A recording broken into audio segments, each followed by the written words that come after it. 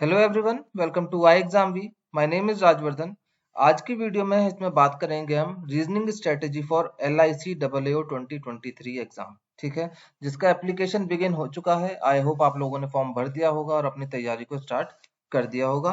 तो चलिए आज हम देखते हैं कि रीजनिंग को हम लोगों को कैसे अटेम्प्ट करना है जिससे कि हम इसमें 30 अराउंड मार्क्स अचीव कर पाए। 20 से 25 ज्यादातर लोगों के आ जाते हैं, लेकिन ये 20 से 25 जो 30 तक का जो सफर है, ये आपको कैसे तय करना है, क्या चीज आपको इसमें एक्स्ट्रा करनी है जिससे कि आप इस स्कोर तक पहुंच पाए।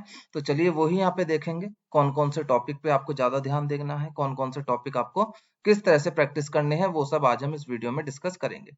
ठीक है, तो सबसे पहले आप देख लीजिए 17 फेब जो इसकी एग्जाम डेट आई हुई है, 17 फेब को जो इसका प्री का एग्जाम होने वाला है। और यानी कि 17 फेब के बाद एग्जैक्ट एक महीने बाद आपका 18 मार्च को इसकी मेंस की एग्जाम की डेट भी है। तो ये हमारा स्टडी प्लान है, 30 डेज का स्टडी प्लान है, जिसमें आपको 50 अराउंड क्लासेस यहाँ पे दी जाएंगी। आपको क्वांट, रीजनिंग और इंग्लिश के साथ साथ यहाँ पे GA, इंश्योरेंस और फाइनेंशियल मार्केट और डिस्क्रिप्टिव इंग्लिश की भी क्लासेस यहाँ पे दी जाएगी, जो कि आपको मेंस एग्जाम में सेक्शन ये आपको देखने को मिलेगा। क्योंकि केवल एक महीना इन सब चीजों की तैयारी के लिए सफिशिएंट नहीं है, तो इसलिए आपको अभी से मेंस के लिए भी प्रिपेयर करके यहाँ पे साथ साथ चलना होगा। तो ये आप स्टडी प्लान, आपको डिस्क्रिप्शन में लिंक मिल जाएगा, वहां से आप यहाँ पे डाउनलोड कर सकते हैं। क्लासेस यहाँ पे ऑलरेडी स्टार्ट हो चुकी हैं। जिन जिन स्टूडेंट्स की क्लासेस अगर मिस हो जाती हैं तो वहां पे रिकॉर्डिंग्स अवेलेबल हैं, आप वो वहां पे रिकॉर्डिंग जाके देख सकते हैं। ठीक है, तो चलिए अगर बात की जाए एग्जाम पैटर्न की, यहाँ पे इसका जो एग्जाम पैटर्न रहता है उसमें आप देख सकते हैं रीजनिंग एबिलिटी के आपको 35 क्वेश्चन देखने को मिलेंगे, जो कि आपको 35 मार्क्स के ही होंगे। यानी कि 1 मार्क का आपको एक क्वेश्चन यहाँ पे देखने को मिलेगा।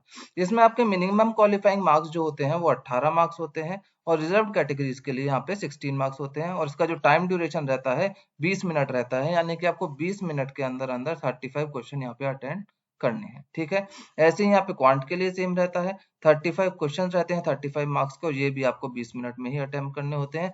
इंग्लिश वाला जो सेक्शन है यहाँ पे, ये क्वालिफाइंग इन नेचर रहता है, जिसमें आपको 30 क्वेश्चन मिलेंगे, 30 मार्क्स के रहेंगे, जिसमें आपको कम से कम 10 मार्क्स तो आपको लाने ही पड़ेंगे। यानी कि आपकी जो कट ऑफ यहाँ से बनने वाली है वो केवल इन दो सेक्शन की बनने वाली है, यानी 70 में से आपकी कट ऑफ यहाँ पे जनरेट होके आएगी।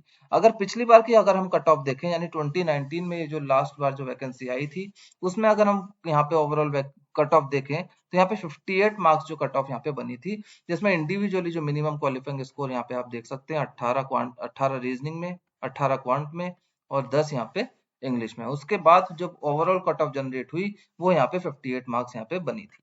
ठीक है, तो रीजनिंग में अगर देखें जो 2019 का जो एग्जाम था उसमें आपको इस तरह से क्वेश्चन यहाँ पे देखने को मिले थे, जिसमें सिटिंग अरेंजमेंट और पजल, ये दो टॉपिक ऐसे हैं जिससे काफी स्टूडेंट्स घबराते भी हैं और ये फोबिया भी बना रहता है। और ये इतना ही ज्यादा इंपॉर्टेंट है क्योंकि आप देख सकते हैं 35 में से 20 क्वेश्चन केवल इन्हीं दो टॉपिक से यहाँ पे आपको देखने को मिले थे। यानी कि 50 से 60% जो आपको सिलेबस कवर हो रहा है रीजनिंग सेक्शन का, केवल इन दो टॉपिक से कवर हो रहा है।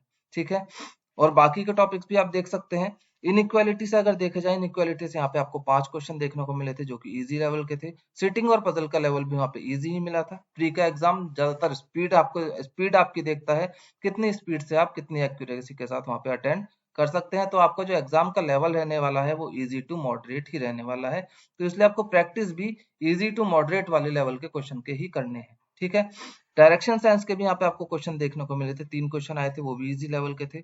सिलोजिज्म के यहाँ पे थोड़ा मॉडरेट लेवल आया था, जिसके 5 क्वेश्चन आपको देखने को मिले थे।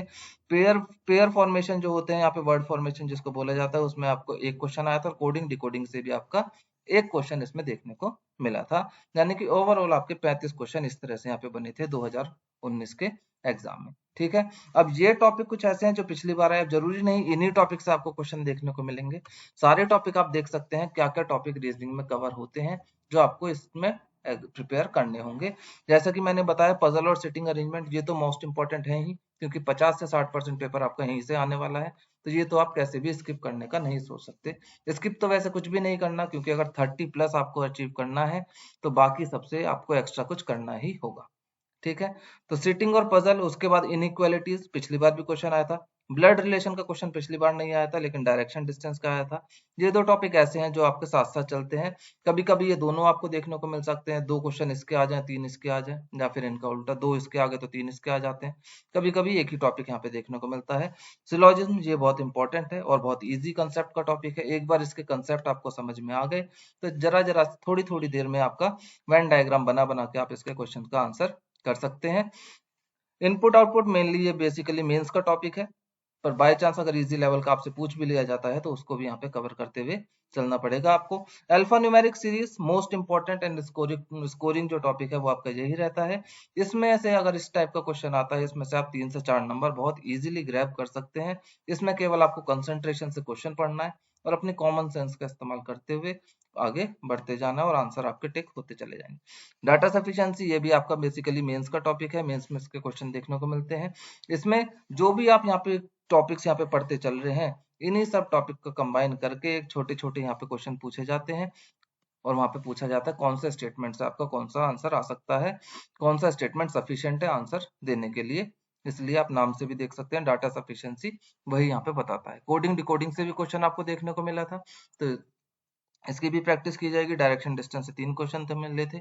ऑर्डर एंड रैंकिंग से भी आपको 1 क्वेश्चन देखने को मिल सकता है। ठीक है, अब आपको तैयारी करनी किस तरह से, जैसा कि आपने देखा 20 क्वेश्चन अगर पजल और सिटिंग के हैं तो यानी कि बचे हुए 15 क्वेश्चन आपके यहाँ से आने वाले हैं, इन टॉपिक से आपको आने वाले हैं। इन टॉपिक्स की प्रिपरेशन आप किस तरह से करेंगे, अब जैसे अप्रॉक्स आपके पास 4 वीक्स हैं तो आप इनको वीक वाइज डिवाइड कर सकते हैं अपने हिसाब से, क्योंकि ये टॉपिक्स ऐसे हैं वो छोटा छोटा कंसेप्ट है, बस आपकी प्रैक्टिस यहाँ पे बहुत इंपॉर्टेंट रहेगी। जितनी आप ज्यादा प्रैक्टिस करेंगे उतनी जल्दी जल्दी आप यहाँ पे इनको क्वेश्चंस को कर पाएंगे।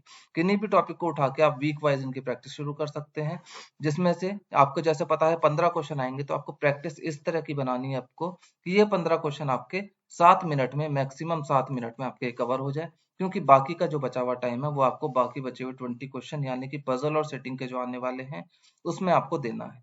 पजल और सेटिंग में बड़ी बड़ी लैंग्वेजेस होती हैं, आपको पैराग्राफ भी रीड करना होगा, हिंट्स भी ड्रॉ करनी होंगी, अरेंजमेंट भी ड्रॉ करने होंगे, जिनमें आपको पॉसिबिलिटीज भी देखने को मिलेंगी। तो इसलिए उनके लिए आपको टाइम बचा के रखना पड़ेगा। तो यानी कि ये वाले जो टॉपिक्स हैं, 15 जो क्वेश्चन हैं, ये आपको 7 मिनट के अंदर अंदर करने ही होंगे। तो आप वीक वाइज इनको डिवाइड कर सकते हैं। जैसे सपोज कीजिए आप इनइक्वालिटी कर रहे हैं, तो इनइक्वालिटी के साथ आप कोई सा भी टॉपिक यहाँ से ले सकते हैं। तो उस पूरे वीक आप उसको ज्यादा से ज्यादा क्वेश्चन उनको प्रैक्टिस कीजिए, जहां से भी आपको क्वेश्चन मिलते हैं आप वहां से उनकी प्रैक्टिस कीजिए। ठीक है, सिलोजिज्म, इसमें बहुत सारे टाइप्स के क्वेश्चन होते हैं। मेनली आजकल जो एग्जाम में जो ट्रेंड बना हुआ है वो ओनली अ फ्यू वाले तो क्वेश्चन आपको देखने को ज्यादा मिलते हैं, ओनली अ फ्यू वाले स्टेटमेंट या ओनली वाले स्टेटमेंट।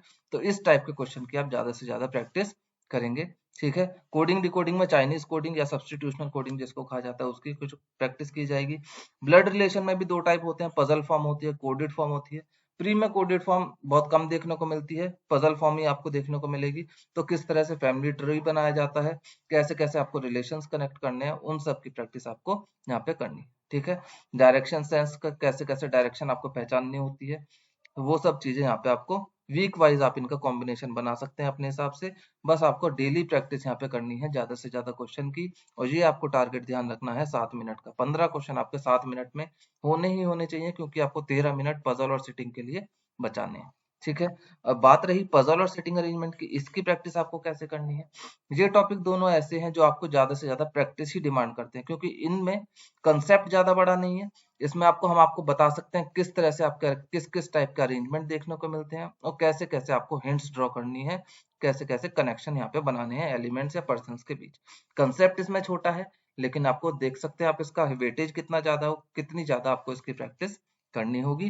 तो इसके लिए आप लोग डेली 5-5 सेट दोनों टॉपिक के, क्योंकि आपके पास एक मंथ भी यहाँ पे नहीं बचा है, तो 5 आप सेट करेंगे पजल के।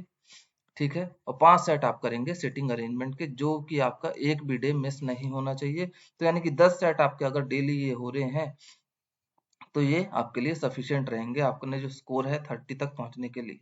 ठीक है, इसके बाद भी जो कुछ कुछ स्टूडेंट्स यहाँ पे होंगे जिन्होंने ये सब चीजें पहले से पढ़ रखी होंगी, तो उनको उनके लिए जिनके कंसेप्ट पहले से क्लियर हैं वो ज्यादा से ज्यादा यहाँ पे चैप्टर टेस्ट और मॉक टेस्ट पे ज्यादा से ज्यादा ध्यान दें, ज्यादा से ज्यादा मॉक टेस्ट अटेम्प्ट करें। मॉक टेस्ट अटेम्प्ट कर सकते हैं आप एग्जाम बी की वेबसाइट पे विजिट करके, यहाँ पे आपको देख सकते हैं LIC AAO के लिए अपडेटेड मॉक टेस्ट जो कि हम डेली अपडेट कर रहे हैं, वो आप मॉक टेस्ट अटेम्प्ट कर सकते हैं। और जरूरी नहीं है केवल आप LIC के अटेम्प्ट करें, सारे ही मॉक टेस्ट हमारी वेबसाइट पर फ्री हैं। आप जितने भी प्री लेवल के एग्जाम हैं जिनका सिलेबस सेम रह सकते हैं, यानी कि आप देख सकते हैं IBPS क्लर्क हो गया, IBPS RRB क्लर्क है, PO प्री है, ये सब भी आप मॉक टेस्ट वहाँ पे अटेम्प्ट कर सकते हैं, क्योंकि लेवल भी सेम है ऑलमोस्ट और सिलेबस तो सारा का सारा सेम है। ठीक है, तो ज्यादा से ज्यादा आपको प्रैक्टिस वहाँ पे करनी है। और आप अगर हमारे साथ जुड़ के इस कोर्स की तैयारी करना चाहते हैं, इस एग्जाम की तैयारी करना चाहते हैं, तो आप एनरोल करा सकते हैं, जिसमें आपको live classes, practice test, study material, videos, interview guidance आपको दी जाएगी। तो आप एनरोल कर सकते हैं, एग्जाम बी की वेबसाइट पर विजिट कर सकते हैं, उस कोर्स के बारे में सारी जानकारी ले सकते हैं। नंबर यहाँ पे दिया हुआ है, मैं लिख भी देता हूँ, 9205524028। इस नंबर पर कॉल करके आप सारी जानकारी ले सकते हैं। ठीक है, आप अगर GA इंश्योरेंस, फाइनेंशियल अवेयरनेस और डिस्क्रिप्टिव इंग्लिश का अगर सेपरेट बैच चाहते हैं तो आप यहाँ पे एनरोल करा सकते हैं।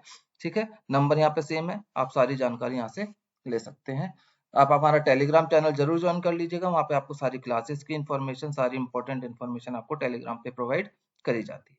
ठीक है, चलिए गाइस, प्रैक्टिस कीजिए ज्यादा से ज्यादा। ऑल द बेस्ट, मिलते हैं अगली वीडियो में, तब तक के लिए पढ़ते रहिए, कीप लर्निंग। और जो जो चैनल पर नए हैं, आप चैनल को सब्सक्राइब कर सकते हैं और बेल आइकन को भी प्रेस कीजिएगा, ताकि कोई भी इंपॉर्टेंट अपडेट आपसे मिस ना हो।